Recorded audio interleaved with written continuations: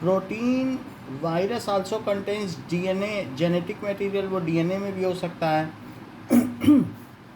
या आरएनए भी हो सकता है। No virus contain both DNA and RNA, कोई एक चीज़ होगा, ठीक है। A virus is a nucleoprotein and the genetic material is infectious. तो वायरस और कुछ नहीं है कि जैसे कई बार क्या होता है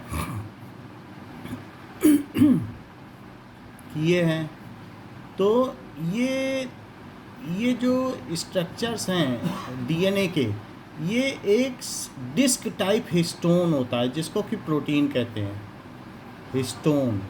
हिस्टोन के चारों ओर चक्कर लगाते हैं, फिर ये फिर से ऐसे ऐसे चलते हैं, फिर एक हिस्टोन के आगे चारों तरफ चक्कर लगाते हैं। मतलब ये एक डीएनए की फोल्डिंग है।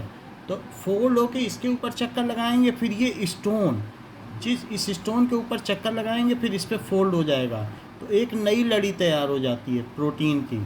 So that is coiling of DNA. तो ये धीरे धीरे कॉइलिंग होगी, बहुत सारे स्टोन होंगे, फिर वो फिर से मुड़ेंगे, तो उसके मुड़ने के बाद ये प्रोटीन है। और ये चीज़ है जेनेटिक मटेरियल। तो न्यूक्लियस है तो ये जेनेटिक मटेरियल है।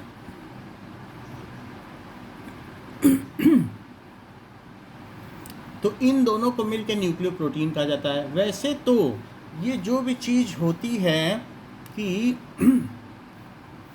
इसके पीछे हम ये बात देखते हैं कि एक एडेनिन है, ये एडेनिन है मान लीजिए, और इसके पीछे एक शुगर है, शुगर का मॉलिक्यूल कोई होगा लंबा, फिर ये बेस होगा, बेस में एडेनिन भी हो सकता है, और यहाँ पर एक फॉस्फेट का मॉलिक्यूल होगा, फिर उस फॉस्फेट के मॉलिक्यूल से दूसरा शुगर अटैच होगा, तो ये फॉस्फेट है।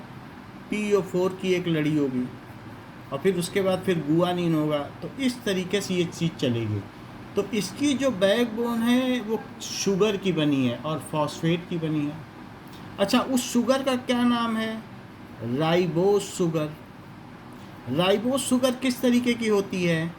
पेंटोस शुगर, जिसमें 5 कार्बन के मॉलिक्यूल होते हैं। जबकि C6H12O6 कैसी शुगर है? ग्लूकोज। ये हेक्सोज है क्योंकि इसमें 6 मॉलिक्यूल हैं।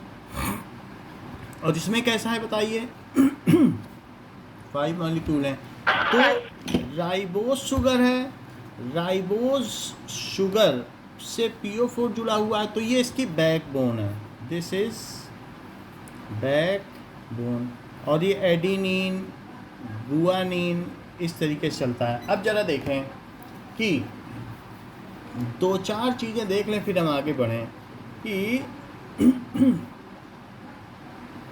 नाउ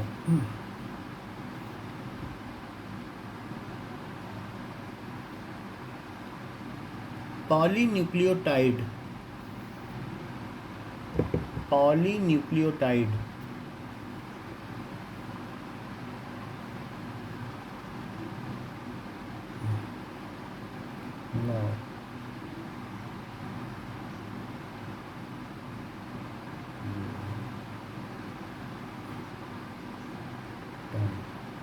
लेट अस सी कि किस तरीके का स्ट्रक्चर हो, तो उससे हमें चीज़ें समझ में आ जाएंगी।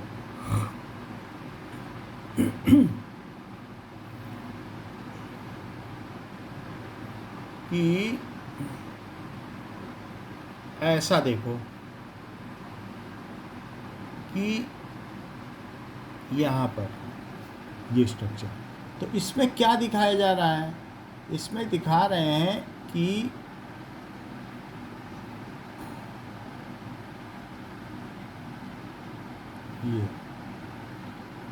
ये देखिए, तो इसमें आप ये देखिए, ये जो चीज़ है ये एक तरीके की राइबोस शुगर है। और राइबोस शुगर के ऊपर क्या है? क्या फॉस्फेट का मॉलिक्यूल है? PO4 है। बताओ। अब फिर से एक राइबोस शुगर, इसमें 5 कार्बन एटम है, ध्यान दो। 1 2 3 4 5।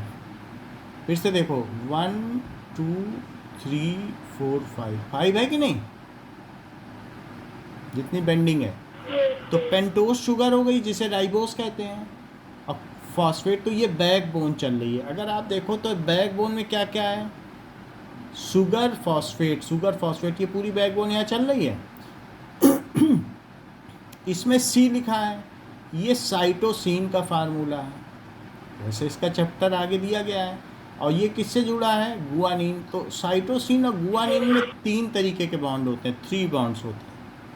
और एडिनिन ये भी एक बेस है, और ये थाइमीन है। तो एडिनिन और थाइमीन में कितने बॉन्ड होते हैं, 2 बॉन्ड होते हैं एच और ओ के बीच।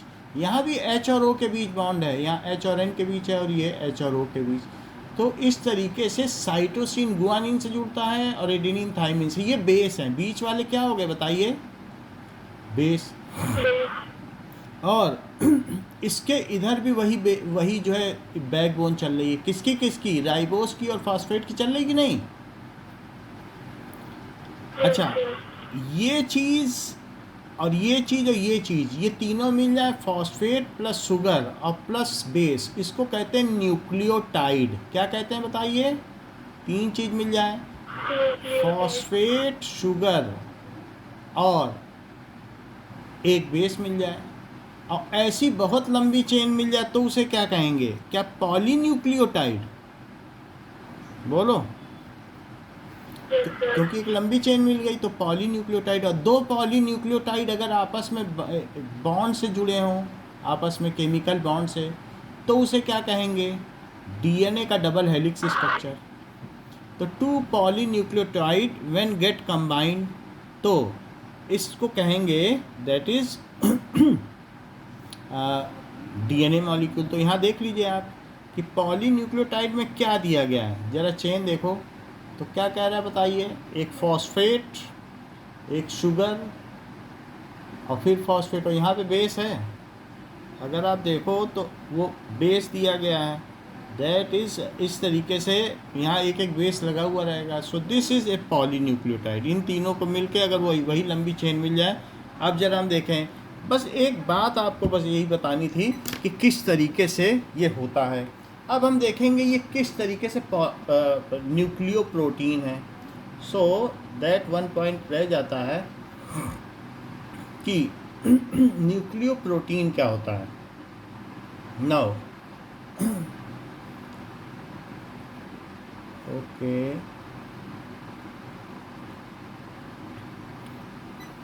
Coiling of DNA molecule. तो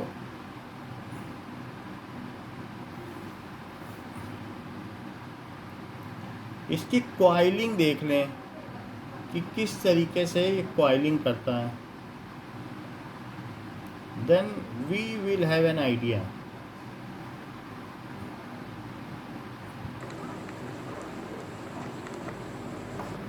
okay, just see. In this animation, we'll see the remarkable way our DNA is tightly packed up so that 6 feet of this long molecule fits into the microscopic nucleus of every cell. The process starts when DNA is wrapped around special protein molecules called histones. ये histone पे देखो कैसे rap हो गया। DNA and protein is called a nucleosome. ऐसे बहुत जगह rap हो रहा, फिर और कॉइलिंग हो गई। Next, the nucleosomes are packaged into a thread. The end result is a fiber known as chromatin. फिर एक क्रोमेटिन थ्रेड बन गया, क्रोमेटिन थ्रेड, बीच बीच में प्रोटीन दिख रहा है ना, histone. This fiber is then looped and coiled yet again. तो अब ये इसकी सेकेंडरी और टर्शरी कॉइलिंग है। प्राइमरी कॉइलिंग, फिर सेकेंडरी कॉइलिंग, फिर टर्शरी कॉइलिंग, अब ये टर्शरी तीसरी कॉइलिंग है। और फिर से कॉइलिंग कर रहा है, अभी भी इसकी कॉइलिंग पूरी नहीं हुई है। Leading finally to the familiar shapes known as chromosomes. अब जब हुआ तब क्रोमोसोम Which can be हुआ। seen in the nucleus of dividing cells. तो ये चीज़ है, बाकी ये क्रोमोसोम इस तरीके से दिखाई Chromosomes पड़ते are हैं। not always present. Okay, They form a तो ये आपको पता चल गया कि किस तरीके से ये कॉइलिंग होती है हिस्टोन के चारों तरफ। नाउ तो अब ये क्या कह रहा है क्वेश्चन में, स्टेटमेंट में कह रहा है कि no virus contain both DNA and RNA, और इसका नाम क्या होता है, डीऑक्सी राइबोन्यूक्लिक एसिड। इसका नाम है डीऑक्सी, यानी ये जो पेंटोस शुगर है ये ऑक्सीजन से जुड़ी हुई है, और फिर यहाँ पर CH2OH है। बाकी इन सभी में H और OH है H और OH है, और यहाँ पर भी H और OH है। लेकिन अगर यहाँ पर एक ऑक्सीजन निकल जाए, ये अभी है राइबो न्यूक्लिक एसिड। ये क्या है बताइए? Ribo nucleic acid. क्या इसे RNA कहेंगे? लेकिन तब कहेंगे कि अगर ये तो राइबोस शुगर है, अगर इसके एक तरफ OH है, और जरा फॉस्फेट के बारे में सोचो, POH और O पे माइनस और फिर O पे माइनस, ठीक है, और आगे क्या हो, ये दो O पे माइनस हो गया और तीसरे पे फिर OH हो, ऐसा। तो ये अगर निकल जाए तो क्या बन जाए? ये निकल जाए, वाटर निकल जाए, दैट इज H2। वैसे H3PO4 होता है, तो एक तरफ आप ऐसा कर लें, ऐसा, ये डबल बॉन्ड H3PO4 क्या होता है? H3PO4, H3PO4 में P पे एक डबल बॉन्ड, फिर OH OH और OH होता है। तो OH में मर्जी हो तो H आ जाए, ना मर्जी हो ना आए, बट ये फास्फोरिक एसिड है। इसका नाम क्या है? Phosphoric acid. और मर्जी हो तीनों निकल जाए तो फॉस्फेट आयन ना बन जाए, PO4 3- बोलो। अगर 3H+ निकल गए तो ये फॉस्फेट आयन बन गया। अब जरा देखो, ये चीज़ अगर शुगर फॉस्फेट से मिल गई, ये क्या चीज़ है? राइबोज शुगर है। इसका नाम क्या है? Ribose sugar. Ribose sugar. और राइबोज शुगर में क्या मिल गया? Phosphate ion. तो क्या हो जाएगा? इनके होने से देखो 1 2 3 4 5 है, 5 कार्बन है, ठीक है। तो इससे मिलने से ये इस तरीके की चेन बन जाएगी। ये CH2 और फिर क्या है यहाँ O, फिर ये P, O का एक ब्रिज है, और O- और फिर ये जो OH है वो भी रुकेगा नहीं, वो आगे चल के फिर किसी से जुड़ जाएगा, इसी तरीके के बॉन्ड से नहीं जुड़ जाएगा भाई, इस तरीके से जुड़ता चला जाएगा। और यहाँ पर इनमें एक यहाँ पर बेस भी जुड़ेगा, तो वो बेस इसी से अटैच हो जाएगा। वो बेस कौन सा होगा? तो वो एक अलग तरीके का बेस होगा, दैट इज़ एडिनिन, गुआनिन, और फिर उसमें और भी चीज़ें निकली रहेंगी। तो इस तरीके से वो हम आगे देखेंगे। इसको कह सकते हैं एडिनिन, और इसको क्या कह सकते हैं? गुआनिन। तो इसके और इसके मिलने को क्या कहते हैं? राइबोस शुगर और फॉस्फेट को, इसको कहते हैं न्यूक्लियोसाइड। क्या कहते हैं? न्यूक्लियोसाइड। और इसके और साथ में एक बेस भी मिल जाए, ये एडिनिन बेस है, तो इसे क्या कहेंगे? न्यूक्लियोटाइड। और अगर इस तरीके की एक लंबी चेन चल जाए तो क्या होगा? बहुत लंबी चेन, तो क्या कहेंगे? Polynucleotide. Polynucleotide. DNA molecule is formed when two polynucleotide are linked with bonding. some chemical bonding है या H bonding है, वो हम बाद में देख लेंगे। So DNA कब फॉर्म होता है? DNA is formed when two polynucleotide, ठीक है, are bonded by intermolecular forces. उनके बीच में परमानेंट केमिकल बॉन्ड नहीं है, टूट जाते हैं, DNA अलग भी हो जाते हैं। तो एक स्ट्रॉन्ग इंटरमॉलिकुलर फोर्सेस हैं जो कि पोलर फोर्सेस हैं। इंटरमॉलिकुलर क्योंकि H पे प्लस चार्ज होता है और N पे क्या होता है, माइनस चार्ज होता है पार्शियली, तो उनके बीच में एक अट्रैक्शन होता है। बात समझ में आई? Molecular forces. मैं DNA क्यों बोल रहा हूँ, ये है, अगर ऐसे कहा जाए तो राइबोस शुगर, फॉस्फेट और ये इसको मिल के कहेंगे RNA। इसे क्या कहेंगे? RNA। लेकिन इसी में से अगर एक H हट जाए तब कहेंगे डीऑक्सी राइबोस शुगर। क्या बोलेंगे? एक O हट जाए, एक चीज़ क्या हट जाए? O। तो एक ऑक्सीजन हट जाएगा तो क्या डीऑक्सी नहीं हो जाएगी?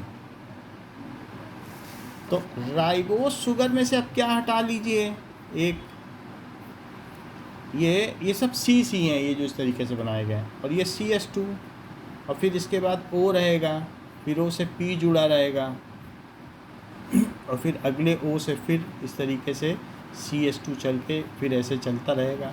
तो ये O से फिर लिंक बनेगा, फिर आगे चल के पहले CH2 नहीं आएगा तो इस तरीके से आगे लिंक बनेगा, फिर ये तो कहने का मतलब है कि ये CH2 ये ऐसे बढ़ता चल रहा है। इसमें अगर यहाँ पर ऊपर H और नीचे भी H ही रह जाए, OH हट जाए, तो अब इसको क्या कहेंगे? Deoxy ribose. क्या बोला जाएगा? Deoxy ribose. और प्लस न्यूक्लिक एसिड, क्योंकि H3PO4 एक एसिड है और चूंकि वो न्यूक्लियस में है तो इसका पूरा नाम क्या पड़ गया? Deoxy ribose plus nucleic acid. क्योंकि H3PO4 क्या है? क्या फॉस्फोरिक एसिड एक एसिड नहीं है? तो deoxy ribose plus nucleic acid से पूरा क्या नाम पड़ा? ये तो डीऑक्सी राइबोस है क्योंकि एक O हट गया। बोलो, बात समझ में आई? तो ये हो गया डीऑक्सी राइबोस, ये हो गया। और न्यूक्लिक एसिड तो इससे नाम पड़ गया DNA, deoxy ribo nucleic acid, deoxy ribo nucleic acid, ये नाम पड़ गया। सर इनके स्ट्रक्चर याद रखते हैं? नहीं, याद नहीं रखने, इसका एक अलग चैप्टर है, लेकिन थोड़ा सा इसलिए बता दिया कि DNA के बारे में अगर आप पढ़ें आगे तो इनसे हमें एनर्जी नहीं मिल सकती है, लेकिन आपको ये पता होना चाहिए इसमें एक राइबोस शुगर है जो कि पेंटोज है, एक फॉस्फेट आयन है और बेसेस हैं। तो ये चीज़ थोड़ा सा ध्यान रखो, न्यूक्लियस क्या होगा, इसके बहुत प्रिसाइज स्ट्रक्चर अभी आपको बताए जाएंगे।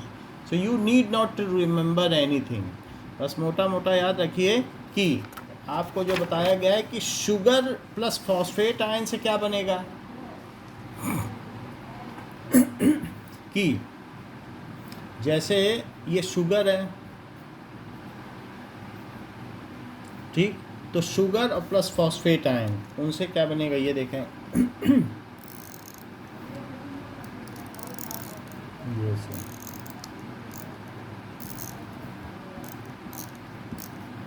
ऐसे देखो कि ऐसे दिखाया जाता है सिंबल में आपके में, शुगर फिर फॉस्फेट आयन और फिर शुगर, ऐसे दिखाते हैं। तो ये एक चेन बन जाएगी शुगर और फॉस्फेट आयन की। This is a kind of chain. और अब इसमें यहाँ पर दिखा देते हैं कि सम बेस इज अटैच्ड, तो वो बेस का सिंबल है अपना, किसी में 2 बॉन्ड दिखाएंगे, किसी में 3 बॉन्ड दिखाएंगे, तो एडिनिन, गुआनिन और इस तरीके से PO4 3- फिर इस तरीके से शुगर दिखाएंगे।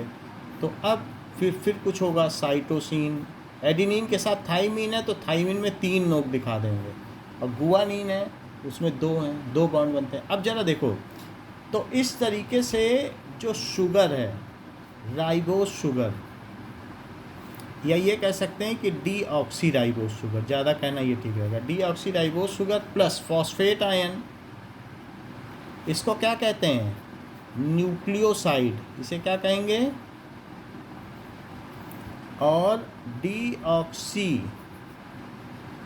राइबोस शुगर प्लस PO4 3- और प्लस बेस कौन कौन से हो सकते हैं? Adenine, guanine, cytosine, thymine.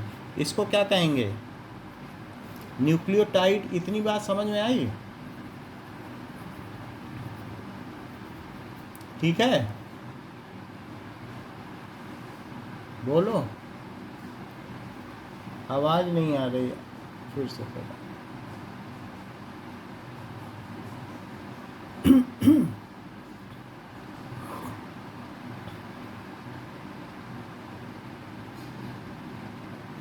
अभी आवाज़ आई? Yes, sir. इतना समझ में आया? Yes, sir. और if the repeating unit of this link is called polynucleotide, repeating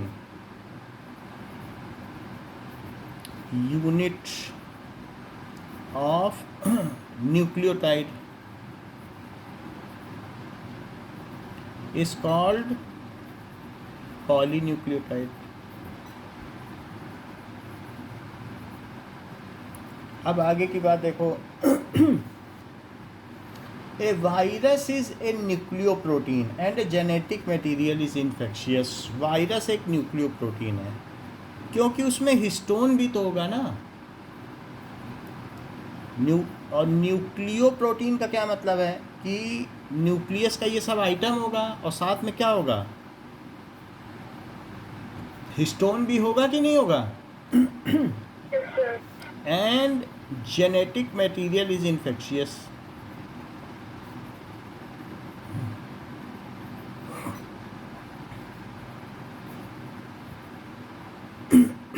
अब देखो, in general virus that infect plants have single standard RNA and virus that infect animal have either single और double standard RNA। तो जो plant को करते हैं उनमें single standard होता है, जो एनिमल को करते हैं वो डबल स्टैंडर्ड वाले हैं। हम कॉम्प्लेक्स बॉडी हैं तो हमें DNA चाहिए, तभी DNA हमारे DNA पर ओवर पावर कर पाएगा। तो इसलिए हम लोगों में जो बीमारी फैलाते हैं वो डबल स्टैंडर्ड है, प्लांट वाले सिंगल हैं। ओके, इसके अलावा बैक्टीरियल वायरस और bacteriophage that infect the bacteria. जो फेज का मतलब खा जाना, सो बैक्टीरियोफेज इसका मतलब है बैक्टीरिया ईटिंग वायरस। कैसे खा जाएंगे? बैक्टीरिया से तो छोटे हैं। बैक्टीरिया ईटिंग वायरस क्योंकि ये अपना जो मैकेनिज़्म है उनके अंदर डाल देंगे अपना DNA और अपना प्रोटीन बनाने लगेंगे। तो फेज का मतलब होता है ईटिंग। वो बैक्टीरिया को धीरे धीरे ख़त्म कर देंगे, मार डालेंगे। तो इस तरीके से जो बैक्टीरियोफेज होते हैं, virus that infect bacteria are double standard, वो डबल स्टैंडर्ड होते हैं। The protein coat called capsid made of small unit and capsomers. तो प्रोटीन की इस पर एक कोट होती है, जैसे हमने देख लिया कि इस तरीके से एक तरीके का पॉलीहीड्रन है। तो पॉलीहीड्रन आपकी बुक में दिखाया गया है कि वो उसको कहते हैं प्रोटीन कोट, जो कि पॉलीहीड्रन है। दैट इज़ लाइक दिस, ऐसे है। तो यहाँ से इस तरीके की कोट बनी हुई है, ठीक है, लाइक ऐसे अलग अलग सरफेस बनी है, और फिर बाद में ये पॉलीहीड्रन है ऐसे। और फिर इसके आगे यहाँ पर हमने फ़ोटो भेजी है कि यहाँ पे जेनेटिक मटेरियल इसमें भरा हुआ है, यहाँ पे जेनेटिक मटेरियल भरा हुआ है। और फिर इसका कुछ ना कुछ ऐसे शेप होगा जिसे क्रिस्टलाइज किया जा सकता है। वायरस कैन बी क्रिस्टलाइज, ठीक है, ये है। और ऐसा नहीं कि इसी तरीके का हो। कोरोना वायरस का आप शेप देखते हैं कैसा होता, तो सबके अलग अलग फेस ये है। सो ये प्रोटीन कोट है जिसे कैप्सिड कहते हैं।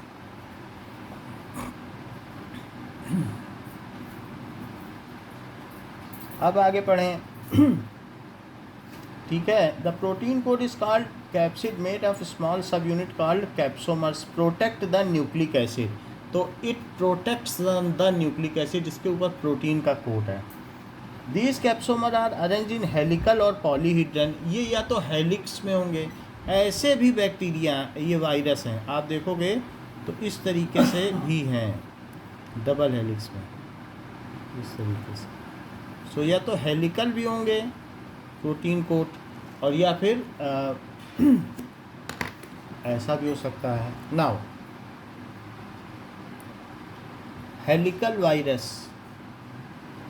तो लेट अस सी कि किस तरीके से होगा। इस तरीके से होगा। तो ये कैप्सिड है और इसके अंदर आरएनए होगा, इसके अंदर होगा आरएनए, यानी यहाँ पर जो मैंने दिखाया है ये इसके अंदर भी कहीं ना कहीं ये मौजूद है डीएनए। यहाँ से ये इसको इजेक्ट आउट करता है, ये इजेक्शन मैकेनिज़्म है। जब किसी पे पकड़ेगा तेज़ी से तभी से तो वहाँ इजेक्ट करेगा। जैसे अगर मच्छर को आपको खून चूसना, तो मच्छर पहले आपको होल्ड करता है ना, तभी तो खून चूसेगा। तो इससे ये किसी भी बॉडी में हेल्ड करेगा और उसके सेल के अंदर अपना डीएनए इंजेक्ट करेगा, यहाँ से कर देगा। बात समझ में आ गई कि नहीं? Yes, तो sir. ये जो यूनिट है, इस तरीके की यूनिट, इसको कहते हैं कैप्सोमर। तो it is called capsomeric unit, capsomere. Box को कैप्सेट और इसे कैप्सोमियर कहते हैं। The protein coat usually double stranded. The protein coat is called capsid, made of small subunits called capsomers. एक यूनिट कैप्सोमर है, इसकी सब यूनिट है। तो ये सब कैप्सोमर है, पूरा कहला रहा है कैप्सिड, पूरा कहला रहा है कैप्सिड, और एक यूनिट द सब यूनिट। तो ये कह रहे हैं कि प्रोटीन कोट किसको रक्षा करता है? Protects DNA and is called, DNA भी हो सकता है, आरएनए भी हो सकता है, कुछ भी हो सकता है, DNA RNA is called capsid. Sometimes these are helical in structure.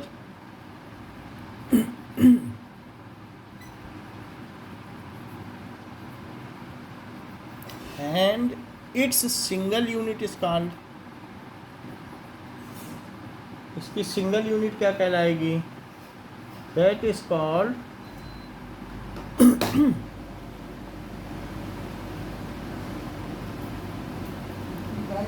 कैप्सोमर। Capsomer. अब देखें, protect the, it protect the nucleic acid. These capsomers are arranged in helical or polyhedron form. Virus cause disease like mumps, smallpox, herpes, mumps, और ये सारे बीमारी आप लोगों ने 9th में देख ली थी कि किस तरीके से चेहरे पे बड़े बड़े फफोले पड़ जाना, it is called mumps. Mumps हो गया, या स्मॉल पॉक्स भी उसी तरीके से होगा। इन्फ्लुएंजा जो छींक आती है वो भी वायरल होती है, जुकाम, सर्दी जुकाम होना, कफ एंड कोल्ड। इसके अलावा herpes. So it is a various kinds of disease जो कि हम लोगों ने why do we fall ill में देख लिया था। बोलो, समझ में आ गई बात? और वैसे भी आप देख सकते हैं, इनको नेट में देख सकते हैं कौन कौन सी बीमारियाँ। AIDS in human is also caused by virus. AIDS भी है, that is acquired immuno deficiency syndrome, जिसको किससे? HIV, human immuno deficiency virus, तो उसको क्या कहेंगे? HIV से होता है। एड्स, जो एड्स है, is caused by human immuno deficiency virus. ये एक्वायर्ड इम्यूनो डिफिशियंसी सिंड्रोम है। तो ये किससे होता है? ये एक बीमारी का नाम है, दैट इज़ एक्वायर्ड। हमारे अंदर इम्यून सिस्टम है, वो डिफिशियंसी हो जाएगी, तो जुकाम भी होगा तो मर जाओगे। Immuno deficiency syndrome. सिंड्रोम का मतलब लक्षण, और वो किससे होता है? Human immuno deficiency virus, deficiency virus. और इसके अलावा हर्प्स हो गया, या स्मॉल पॉक्स हो गया, मम्स हो गया, इन्फ्लुएंजा जुकाम हो गया, वो भी वायरस होता है। In plants the symptom can be mosaic formation, leaf rolling, curling, leaf चकत्तेदार हो जाती, मोजाइक फॉर्मेशन का भी हमने फ़ोटो आपको भेजा था कि लीफ में वेरिगेशन आ जाता है, तो रेगुलर कलर नहीं रह जाता। तो ये चीज़ है, ये भी सब इस तरीके से होता है। लीफ रोल हो जाए, कर्ल हो जाए, तो कोई ना कोई वायरस की वजह से है। येलोइंग एंड वेन क्लियरिंग, तो ड्रॉफिंग एंड स्टैंड ग्रोथ, धीमी ग्रोथ हो जाए, ठीक है, या उसमें जो वीनेशन है उनमें कोई चीज़ कमी आ जाए, वेन क्लियरिंग है। प्लांट्स में वीनेशन होता है, रेटिकुलेट एंड पैरेलल वीनेशन, पत्तियों में जो बीच में वेन्स आती जिनमें जाइलम फ्लोएम जाती है उनमें दिक्कत आ जाए तो भी कहेंगे कि ये इसकी वजह से हुआ है ना। वायरॉइड्स क्या होते हैं?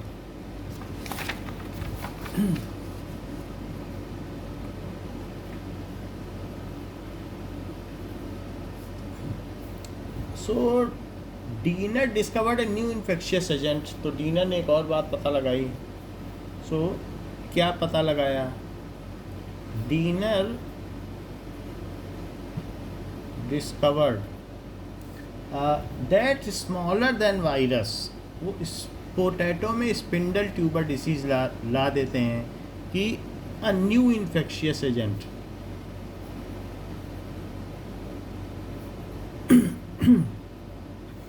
Smaller than virus called viroids. इसमें क्या चीज़ होगी? It was found to be a free RNA. It is a free RNA. It is ribose nucleic acid. बात समझ आई भाई? राइबो न्यूक्लिक एसिड भी तो कुछ होगा, हमने बताया ना, एक डीऑक्सी राइबोज है, एक राइबोज शुगर है। राइबोज के साथ सब कुछ बन जाए, फॉस्फेट और एडिनिन और ये सब है, साइटोसिन ना रहे, उसकी जगह यूरासिल हो जाए, तो ऐसी स्थिति में उसे राइबोन्यूक्लिक एसिड कहेंगे। तो ये एक फ्री आरएनए है। तो the RNA of viroid is of low molecular weight. So RNA ही सिर्फ रहता है इसमें, बस आरएनए घूमता रहे हवा में। RNA of viroid is of low molecular wait. अच्छा, ये जो भी है, it cause potato spindle tuber disease. Virus को भी किसी फिल्टर से आप नहीं रोक सकते। अगर आपके पास एसी है तो उससे जो फिल्टर से भी वायरस अंदर आ जाएगा। तो it causes potato spindle tuber disease.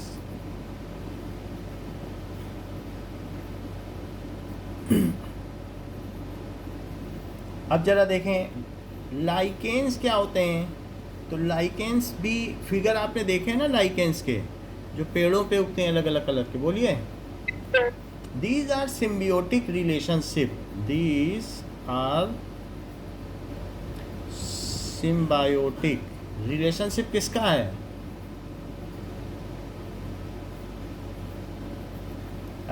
Mutually useful algae and fungi between algae and fungi.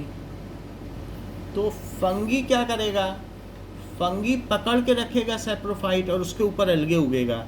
यानी कोई पेड़ है तो पेड़ के ऊपर फंगस अपने हाइफे को छोड़ देगा, और ये फंगस है, और इसके ऊपर कौन उग जाएगा? एल्गे। तो ये एल्गे है, और ये जो अंदर अंदर तक चला गया वो क्या है? फंगी। सो एल्गे और फंगी का आपस में रिलेशन है। Fungi gives shelter while algae gives carbohydrate और फूड टू फंगी। तो फंगी क्या करेगा? Gives shelter while algae produces food for fungi. इस तरीके से ये दो अलग अलग दिखते हुए भी एक हैं, दो इट लुक्स टू, लेकिन अगर देखा जाए तो ये एक ही होते हैं। क्या आपको प्लांट और बैक्टीरिया का कोई ऐसा सिम्बियोटिक रिलेशनशिप याद है? माइक्रो बोलो। हाँ, माइकोरहाइजा। यानी उसमें क्या होता है कि उसके रूट नोड्यूल्स में बैक्टीरिया पहुंच जाता है और वो उसको तोड़ तोड़ के देता है। तो प्लांट के साथ बैक्टीरिया का भी रिलेशनशिप इसी तरीके से पाया जाता है। ओके ठीक है। So the algae component is phycobiont and fungi component is called mycobiont. Algae क्या कहलाएगा? Is called phycobiont, phycobiont and fungus, fungal component. Mycology तो वो है component is called now etymology of phycobiont.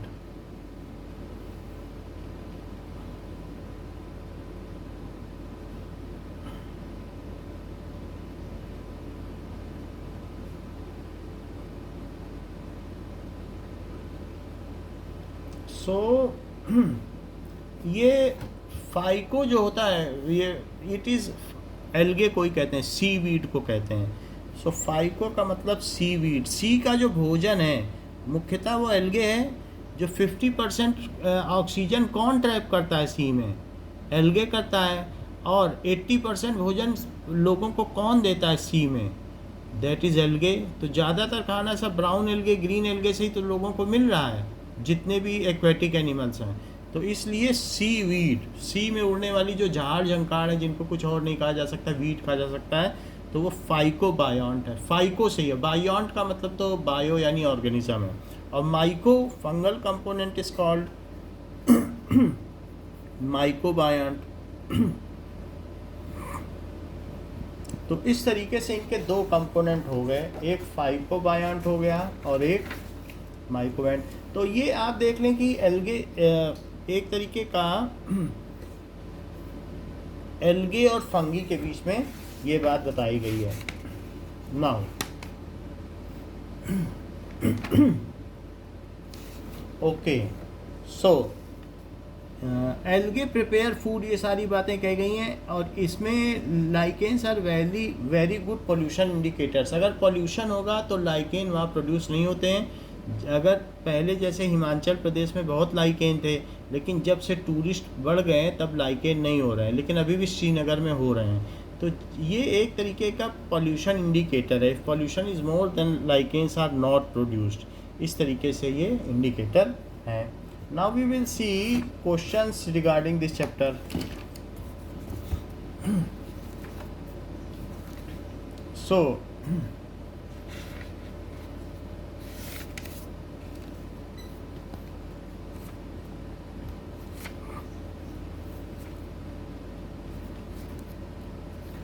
just a minute, hold. So exercises,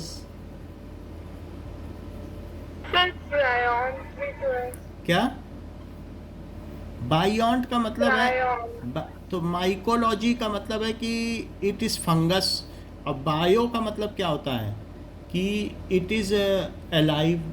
bio का मतलब क्या है? Alive, anti ऐसे ही लगा दिया गया है। और माइको का मतलब फंगस, माइकोलॉजी का मतलब क्या होता है? तो इसी तरह से फाइको बायोंट, सीवीड जो कि वो हो उसे फाइको बोलते हैं, सीवीड को। सी में जो भी चीज़ उगती है तो उसे फाइको बोलते हैं, ठीक है। मैं प्रायन की बात कर रही हूँ। हैं? Sir prion. Prion? Yes sir. Prion किस में लगता है? सर 27 पेज पे वायरॉइड के नीचे दिया है। अच्छा, वायरॉइड के नीचे क्या दिया है? वायरॉन? प्रायन। Yes sir. किस लाइन में दिया है?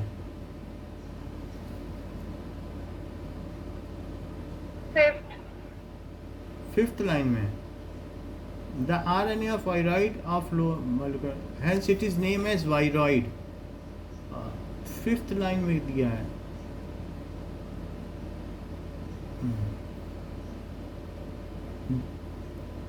दिखाओ कहाँ दिया है 5th लाइन में, क्या है 5th लाइन तो लाइकेन की है, आपकी कॉपी नहीं है क्या? सर शायद आपकी एडिशन पुरानी है। हैं? कॉपी दिखाओगी अपनी, वो बुक का पेज दिखाओ जरा अपने वीडियो में, तो हम देख लें। 1 मिनट जस्ट, हाँ थोड़ा क्लियर होने दो, क्लियर नहीं हो रहा है। जूम करो जहाँ पे दिखा रही हो तो देख लें। कुछ आपके में एक्स्ट्रा दिया है। अच्छा, प्रायॉन्स दिया है ना, तो प्रायॉन्स क्या है? प्रायॉन्स हम देख लेंगे, बता देते हैं आपको। ये देखो प्रायॉन्स, ये मेरे में According to नहीं Johns दिया। Hopkins Medicine, okay, a prion is a type of protein that can trigger normal proteins in the brain to fold abnormally. Prion diseases can affect both देखो humans prion and is a animals, type and of sometimes protein spread to humans by infected that meat can products. trigger normal The most protein in common the form brain of prion to disease that affects humans is Creutzfeldt-Jakob disease. Now it is, ये एक तरीके का protein है that can trigger normal protein in brain to fold abnormally, so that can trigger normal proteins in brain to fold abnormally। हमारे brain में भी protein है और सभी चीज़ों की फोल्डिंग होती है। प्रोटीन, जब प्रोटीन के 4 स्ट्रक्चर हैं, प्राइमरी, सेकेंडरी, टर्शरी और क्वार्टरनरी। तो कभी भी प्रोटीन जो होगा ये सिंगल स्ट्रक्चर नहीं है। प्रोटीन के there are 4 structure that we should see it, कि कौन कौन से स्ट्रक्चर हैं, तब फिर हमें समझ में आ जाएगा। Okay, just a minute. अब देखिए कि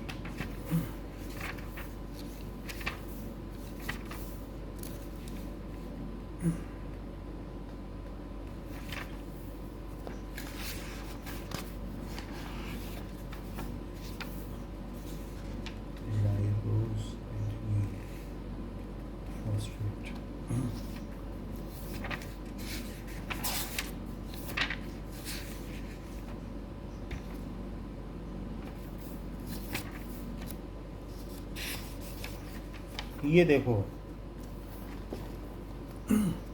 ये दैट इज प्रोटीन के 4 स्ट्रक्चर हैं। कौन कौन से स्ट्रक्चर हैं?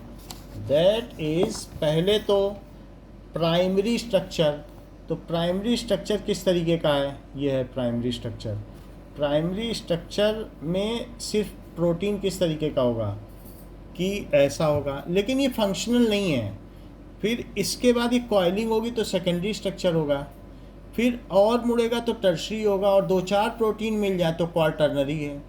तो जब प्रोटीन, जैसे कहते हैं कि टेम्परेचर 1 डिग्री भी ज़्यादा हो गया, हमारे अंदर होम्योस्टेसिस अगर डिस्टर्ब हो गया, टेम्परेचर बढ़ गया, 99 भी हो गया, तो प्रोटीन काम करना बंद कर देते हैं। हमारी बॉडी के जो एंजाइम्स हैं वो भी प्रोटीन है, जो बायो कैटलिस्ट हैं, तो वो हड़ताल कर देते हैं। कहते हैं कि अगर pH बदला, हमारी बॉडी की एसिडिक लेवल बदला या टेम्परेचर बदला, तो हम काम नहीं करेंगे। These are temperature specific and pH specific. तो अगर मान लीजिए इनकी अनकॉइलिंग कर दे या डिस्टर्ब फोल्डिंग कर दे, तो प्रायॉन क्या करता है कि हमारे माइंड के जो प्रोटीन हैं उनकी कैसी कॉइलिंग कर देता है। So it fold them abnormally, ये उनको एबनॉर्मली फोल्ड कर देता है। So prion folds them abnormally. Just let us see it how it does. तो ये देखिए, सो प्रायॉन क्या करेगा? It can affect both human and animal and are some, these are, ये इन protein in the brain to fold abnormally, ये abnormally fold कर देते हैं। Disease can effect both human and animal. और अगर कहीं पर एबनॉर्मली फोल्ड हो जाएगा तो क्या होगा? फिर डिसीज़ हो जाएगी। जब हमारी बॉडी में अगर प्राइमरी स्ट्रक्चर और सेकेंडरी स्ट्रक्चर पे प्रोटीन आ गए, तो फिर जानते हो क्या होगा, डिसीज आती है। कभी आपने अंडे को उबाला है तो देखा है कि वो जम जाता है, एल्ब्यूमिन बोलो। Yes, sir. तो क्यों जम जाता है? क्योंकि उसकी अनकॉइलिंग हो जाती है, और अनकॉइलिंग के बाद क्या वो पूरा फाइबर फाइबर हो जाएगा? Yes, sir. तो जम जाएगा। वही चीज़ यहाँ हो रही है। तो इसकी वजह से जब अनकॉइलिंग होगी in the brain to fold abnormally, prion disease can affect both human animal and sometimes spread to human by infected meat products।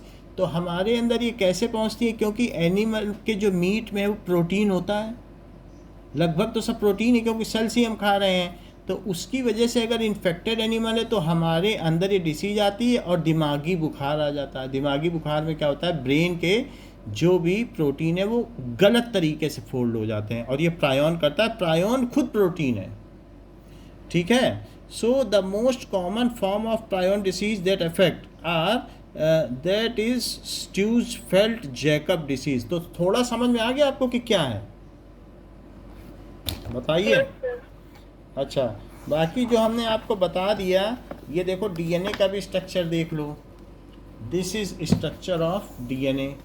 तो यहाँ पर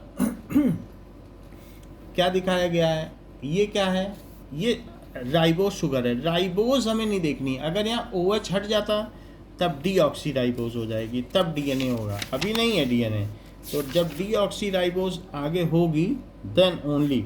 जैसे ये देखो, ये क्या दिखाया गया, एक डीऑक्सीराइबोज में HO हो गया कि नहीं? Yes, sir.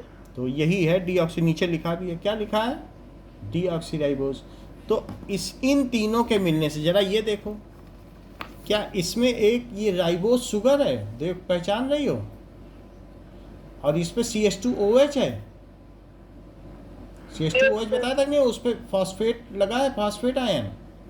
एक लग जाए, दो लग जाए, तो ऐसे कुछ भी लग सकता है, दो भी लग सकते हैं, एक भी लग सकता है, उसका कोई इशू नहीं है। अच्छा, ये एक बेस है, चाहे एडिनिन हो, गुआनिन हो या साइटोसिन। तो बताओ, बेस, राइबोज शुगर और फॉस्फेट, इन तीनों के मिलने से क्या बना, दैट इज इट इज। वैसे तो इसमें 3 फॉस्फेट लग गए, तो इसको कहेंगे एडिनिन ट्राइफॉस्फेट। एक लगता तब तो न्यूक्लियोटाइड बनता, लेकिन 3 फॉस्फेट लग गए, तो इसको क्या कहेंगे, ATP, एडिनिन शुगर और 3 फॉस्फेट, ये ATP बन गया। समझ में आई बात, एडिनिन Yes, sir. ट्राइफॉस्फेट, ये चीज़ हो गई। तो हम लोगों ने ये देख लिया, एडिनिन का फार्मूला नीचे लिखा है, एडिनिन तो समझ में आ ही गया। बाकी आप यहाँ से देख सकते हैं, ये देखो कि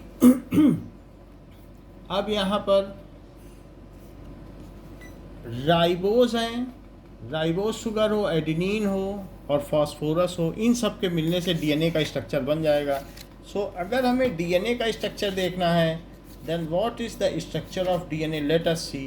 तो that can be seen now,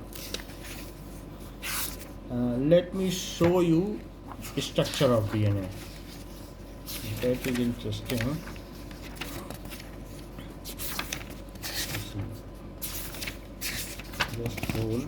DNA का भी देख लो, आरएनए का भी, ये देखो। तो ये देखो, बताओ, शुगर है, फॉस्फेट है, शुगर है, फॉस्फेट चल रहा है, और शुगर से क्या जुड़ा, एडिनिन। Adenine से एडिनिन से थाइमीन कितने बॉन्ड से जुड़ा है, 2 बॉन्ड से। हमने आपको बताया ना, H और O के बीच जो बॉन्ड बनता है, H पॉजिटिव होता है स्लाइटली और O स्लाइटली निगेटिव होता है, तो उनके बीच भी एक बॉन्ड बन जाएगा। और बताओ, साइटोसिन और गुआनिन के बाद बीच में कितने तरीके की बॉन्डिंग है, 3 तरीके की। ये पोलर बॉन्ड्स हैं, ये केमिकल नहीं है, बट ये एक तरीके का इंटरमॉलिकुलर पोलर अट्रैक्शन है, जो प्लस और माइनस का इलेक्ट्रोस्टैटिक फोर्स ऑफ अट्रैक्शन, ये वो तरीके का है, और आसानी से टूट जाता है। तो ये 2 डबल हेलिक्स स्ट्रक्चर हो गए। जरा ये देखो, डीएनए का मॉलिक्यूल, डीएनए के मॉलिक्यूल में बिल्कुल वही तरीके का डीऑक्सी दिख रहा है कि नहीं, HH है। Yes, sir. अच्छा, इसके OH में, नीचे OH था इसके पास, इसका एक H और इसका P का एक OH, क्या मिलके H2O बन के अलग हो सकता है भाई? यहाँ भी तो मैंने OH बताया था। Yes, sir. तो वो H भी काम आ सकता है। अब वो H हट गया और इसका OH हट गया, तो बताओ वाटर निकल गया। Yes, sir. तो यहाँ से जुड़ गया, या तो यहाँ से भी जुड़ सकता है CH2OH, ये H भी निकाल सकता है, ये भी। और O से गिनती करो तो क्या ये 1 2 3 है? देख लो, फिर से देख लो, काउंटिंग कर लो। 1 2 3 लिखा है कि नहीं? कहाँ से गिनती की जा रही है? यहाँ से, O से। ये पहला कार्बन, बोलो, ये फर्स्ट कार्बन, ये सेकंड कार्बन, ये थर्ड कार्बन, ये फोर्थ कार्बन और ये फिफ्थ है। Yes, sir. तो थर्ड पे ये जुड़ गया, और जो फर्स्ट कार्बन है उस पे एडिनिन जुड़ा हुआ है। ये तो दिख ही रहा ना, एडिनिन जुड़ा हुआ है। फर्स्ट कार्बन पे कौन जुड़ा है? एडिनिन। Adenine. अच्छा, इस पे पूरा फॉस्फेट ग्रुप जुड़ गया। अब इस फॉस्फेट के एक O ने क्या फिफ्थ कार्बन को फंसाया? CH2OH में से एक H ले लिया, बोला ये OH, बोला मेरे पास H है इस बार और तुम्हारे पास OH है। CH2OH था कि नहीं? कि फिर से दिखा दें एक बार? देख लो, नीचे देख लो, CH2OH है। बोलो, ये बात समझ में आई? Yes, sir. तो इसने क्या बताया कि मेरे पास इस बार, ये देखो, OH होता कि नहीं? हमने बताया था फास्फोरस में क्या है, एक डबल बॉन्ड है, 3 OH होते हैं। H3PO4 होता है, OH। तो इस H ने क्या कहा, तुम अपना OH दे दो, मैं H दे दूं। इस तरीके से इनके बीच में एक बॉन्ड बन गया, उसको कहते हैं न्यूक्लियोसाइडिक लिंकेज। क्या कहते हैं? फास्फोरस और शुगर के बीच में जो आपस में बॉन्ड बनता है उसको क्या कहते हैं? न्यूक्लियोसाइडिक लिंकेज। अच्छा, फिर देखो, इस तरीके से होता चला गया, और लास्ट में यहाँ नीचे फिर एक और फास्फोरस जुड़ गया। इसका ऊपर का कौन सा एंड खाली है? क्या फिफ्थ एंड खाली है? अंतिम एंड तो यही है, अगर कुछ और ना जुड़े। देख लो, 5 लिखा है, तो ये 5 एंड माना जाएगा DNA का। और लेकिन अगर और नीचे देखो तो नीचे फिर 3 एंड होगा, क्योंकि ये कौन सा एंड है बताइए? 1 2 3 पे जुड़ के छूट जाएगा। तो नीचे कौन सा एंड हुआ बताओ इस कार्बन का? 3। और ऊपर कौन सा हुआ? 5। तो ये एक तरफ 5 एंड और 3 एंड है। अब इसमें एक, इसको उल्टा चलना पड़ेगा। अब देखो, इसमें O नीचे है, जरा देखो तो, सर नीचे पैर ऊपर, शीर्षासन। यहाँ क्या था? O ऊपर था, और इसमें उल्टा हो गया। अब उल्टा होने की वजह से क्या ये 5 एंड है? जरा ध्यान दो, काउंट कर लो, फिर से करा देता हूँ। 1 2 3 4 5, बोलो 5 है। Yes, sir. तो इधर का 5 एंड और इधर उसका कौन सा एंड है बताओ? 3. तो 3 और 5 एक तरफ होंगे, और ऊपर 5 और 3 एक तरफ होंगे, क्योंकि उल्टा चलेगा तभी तो इसमें भी एक बॉन्ड लग पाएगा। 1 पे हमेशा बेस जुड़ता है। 1 पे जुड़ा है कि नहीं? देख लो, और दिखा दे पास से तो ज़्यादा क्लियर ही दिख जाए। बोलो, दिख रहा है? 1 पे ही सब कुछ जुड़ा है। ये देख लो, 1 कार्बन, तो ये 1 पे जुड़ा, हमेशा 1 पे जुड़ता है। और यहाँ भी देख लो, यहाँ पे भी तो 1 ही पे जुड़ेगा, यहाँ का 1 और यहाँ का 1, लेकिन उसे उल्टे पे जुड़ना पड़ेगा। तो इसमें O ऊपर ऊपर रहेगा, उसमें O नीचे नीचे। तो जो DNA का मॉलिक्यूल रहेगा वो इस तरीके से रहेगा कि इन्वर्टेड टाइप। इतनी बात समझ में आ गई? थोड़ा थोड़ा तो समझ में आ गया होगा ना DNA के बारे में। और ये H और O के बीच बॉन्ड है, N और H के बीच बॉन्ड है, क्योंकि N निगेटिव होता है, स्लाइटली H ये होता है। तो इस तरीके से हम देख रहे हैं एडेनिन और थाइमीन में 2 बॉन्डिंग है, जबकि साइटोसिन और गुआनिन में H और O के बीच बॉन्डिंग है, NH के बीच बॉन्डिंग है, O और H के बीच बॉन्डिंग है। तो साइटोसिन गुआनिन पे 3 बॉन्डिंग है, जबकि एडेनिन मतलब और थाइमीन पे 2 बॉन्डिंग है। ये जब हम सेलुलर मैक्रोमॉलिक्यूल चैप्टर आपके में पढ़ेंगे तब हम ये बात जान लेंगे। एक माइक्रोमॉलिक्यूल भी पढ़ेंगे और मैक्रोमॉलिक्यूल, तो ये 2 चैप्टर आपके में दिए हैं, तब उससे हमें पता चल जाएगा। तो अब हम आपको प्रायॉन्स के बारे में लिखा देते हैं। प्रायॉन्स क्या होते हैं?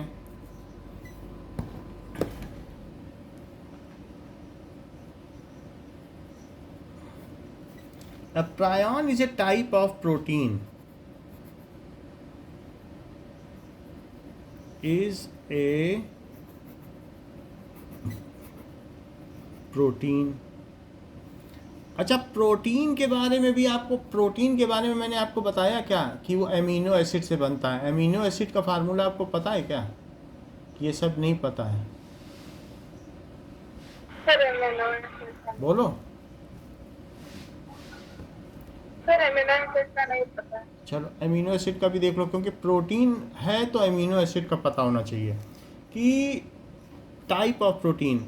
जैसे सी में COOH जुड़ा हो और यहाँ NH3 होता है, N के 3 वैलेंसी होती है। तो अगर इस तरीके से इसके एक तरफ CH3 जुड़ा है, एक तरफ H, तो सबकी 4 वैलेंसी। इस C पे भी देखो 3 H जुड़े हैं और एक ही जुड़ा है। इस C की भी 4 वैलेंसी हैं और इस N की 3 वैलेंसी। बोलो इतनी बात समझ में आ गई? क्या ये जो COOH है, जैसे कार्बोक्सिलिक एसिड में भी COOH फंक्शनल ग्रुप होता है, तो क्या ये एसिडिक ग्रुप है? और ये अमीनो ग्रुप है, अमोनिया से बना है, तो क्या इसे अमीनो एसिड कह सकते हैं? और 2 अमीनो एसिड मिल जाए तो क्या हो? जरा एक बार और सोचो कि एक H और एक N और ये CH और ये CH3,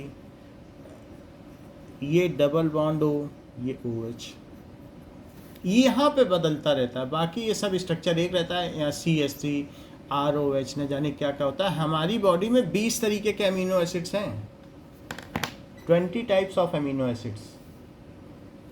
तो अब हम देख लें कि हमारी बॉडी में 20 तरीके के कौन कौन से अमीनो एसिड्स हैं, जरा देखें तो ये देखिए कि सब वही हैं, सिर्फ थोड़ा अंतर है, या ये चाहिए। जरा देखो तो इसमें क्या क्या दिखाया, एक एक देखो, 1 2 देख लो, काम बन जाए। क्या एक तरफ NH2 है, एक तरफ COOH है, ऊपर H है और नीचे H है। तो सबसे सिंपल अमीनो एसिड कौन सा है? क्या ग्लाइसिन है? और ग्लाइसिन का मतलब मीठा होता है क्या? ग्लिसरॉल, ग्लाइसिन, ये मीठे का प्रतीक है। तो इस तरीके से जो पहला अमीनो एसिड ह्यूमन में है वो कौन सा है? ग्लाइसिन। और अगले में CH3 आ गया, जिसकी अभी हम बात कर रहे थे, जो हमने बनाया था। फिर वेनिलीन, फिर ल्यूसीन, फिर देखो सब में सब कुछ सेम है, नीचे एक बदल रही चीज़। बोलो बदल रही कि नहीं? ल्यूसीन। और इस तरीके से जब पूरा देखो तो ये चीज़ आप नेट में देख लेना, सब में सिर्फ यही बदल रहा है, नीचे वाला बदलता चला जा रहा है। बोलो समझ में आ गई बात? 20 अमीनो एसिड्स हैं, तो ये पता चल गया ना ये अमीनो एसिड है। और 2 अमीनो एसिड मिल जाए तो क्या हो बताओ? ये देखो 2 मिल गए। So if 2 amino acids are combined, then what happens? तो ये कहेगा मुझसे H ले लो और अपना OH दे दो, वाटर निकाल दो। तो ये NHC डबल बॉन्ड हो, फिर ये N और HCH और C डबल बॉन्ड हो, और OH है, लेकिन ये OH भी आगे निकल जाएगा क्योंकि उधर N मिल जाएगा। तो वास्तव में मैं इसे टर्मिनेट कर देता हूँ, ये OH थोड़ी ना रहेगा। अभी N एक और N अमीनो एसिड आएगा तो क्या वो इस O को नहीं निकाल लेगा? जैसे यहाँ पर है COOH, तो इसका निकाला है OH, तो क्या अगला वाला आएगा वो नहीं निकाल देगा? तो पूरी लड़ी है। तो जैसे इसका निकला इसका भी निकलेगा, तो यहाँ तक ही रखो। और इधर पर क्या है, क्या इसका H नहीं निकल जाएगा जैसे इस वाले का निकला है, इस अमीनो एसिड का? ये भी तो अमीनो एसिड है जो ग्लाइसिन है। नहीं, ग्लाइसिन नहीं है ये, उसके दूसरे वाला अलानीन है। अब देखो, अब ये CH3 और ये CH3 और ये ऐसे आ गया और ऐसे N। अच्छा, ये बॉन्ड क्या कहलाया जो इनके बीच बॉन्ड बना? क्या ये पेप्टाइड बॉन्ड बना?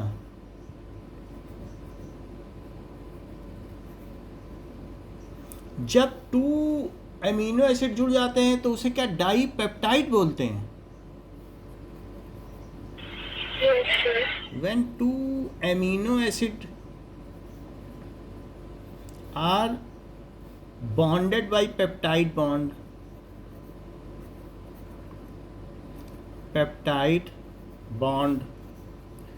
then it is dipeptide. Dipeptide भी बोल सकते हैं या डाईपेप्टोन. When few amino acids जुड़ जाए तो क्या कहेंगे? Combine. Then pepsinogen.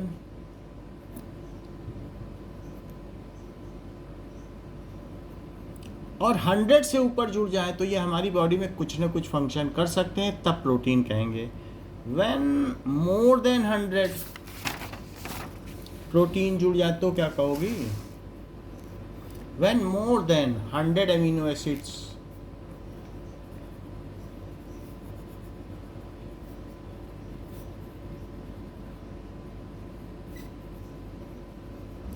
ठीक है, combine to form macro molecule, बड़ा मॉलिक्यूल बना दें.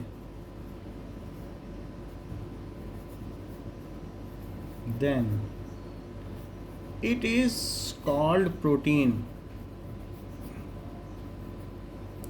प्रोटीन सिर्फ 100 में नहीं बनेगा क्योंकि इसके टर्सरी और क्वार्टरनरी स्ट्रक्चर बनने हैं, इसको बहुत फोल्डिंग करनी है, इसलिए ये हजारों होता है क्योंकि उसको कॉइलिंग भी तो करनी है. आज 100 में कितनी कॉइलिंग होगी? कॉइल बनने ही ख़त्म हो जाएगी. इसी तरीके से जो हमारी बॉडी का डीएनए है, जब पूरा खोल दो पूरी बॉडी के सारे डीएनए, तो धरती के 6000 चक्कर लगाए जा सकते हैं. क्या ये बात मालूम है आपको? कितना सारा डीएनए है हमारी बॉडी में. If all the DNA is unwrapped, then how many rounds of earth can be taken? 6000. It is so long. अब जरा देखो, ये तो बात हो गई इसकी, but it is not the case. हमारा केस तो प्रायॉन्स था. तो प्रायॉन्स के बारे में हम क्या लिख रहे थे? Prions is a type of protein. एक मिनट जरा. Prions, so According to QRG.norm. what is prions? These are misfolded protein. ठीक है, it is type of protein या फिर मिसफोल्डेड प्रोटीन है. खुद ही गलत है ये. ठीक है, with the ability to transmit with, और इसकी एबिलिटी क्या होती है? With the ability to transmit its misfold. अपना जो गलत फोल्ड है वो दूसरे में ट्रांसफ़र कर देता है. Misfolded shape on to normal variants, shape to human protein को भी ये मिसफोल्ड कर देगा. ठीक है, these are fatal and they cause neurotransmitter disease. ये फैटल होते हैं और दिमागी बुखार ले आते हैं. सो दीज आर फैटल, जानलेवा हैं. And cause that is neuro degenerative disease. धीरे धीरे माइंड ख़त्म हो जाएगा. न्यूरो का मतलब न्यूरॉन से है. Neuro degenerative disease. समझ में आ गई बात? तो अब इसकी जो एक्सरसाइज है उसको हम लोग बाद में करेंगे. कल तो हम लोग केमिस्ट्री और फिज़िक्स पढ़ेंगे. ओके, इतना ही है इस क्लास के लिए.